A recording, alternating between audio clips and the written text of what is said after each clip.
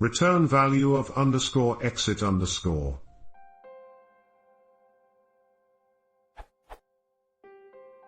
I understand that.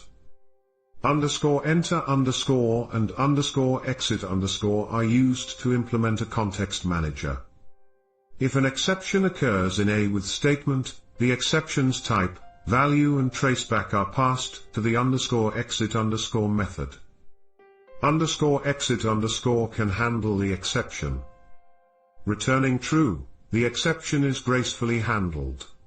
Returning anything else, the with statement raises the exception.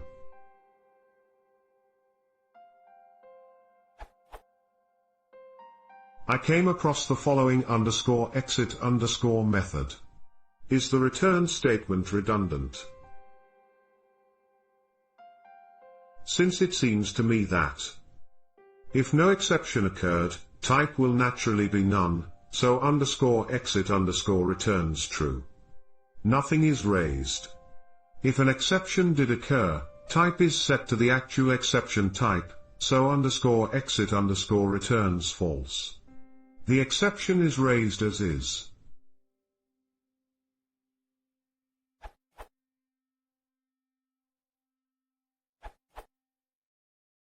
Yes, that return statement is redundant. Only when type is not none does the return value matter. From the object._exit_ documentation. If an exception is supplied, and the method wishes to suppress the exception, i.e., prevent it from being propagated, it should return a true value. Otherwise, the exception will be processed normally upon exit from this method. Note that a true value will suppress the exception, so won or handled would also work, not just true.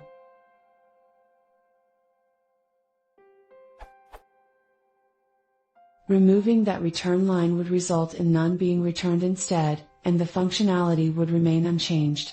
Readability would be improved however, because that return type equals none statement is just confusing on multiple levels. Why not use type is none, for example?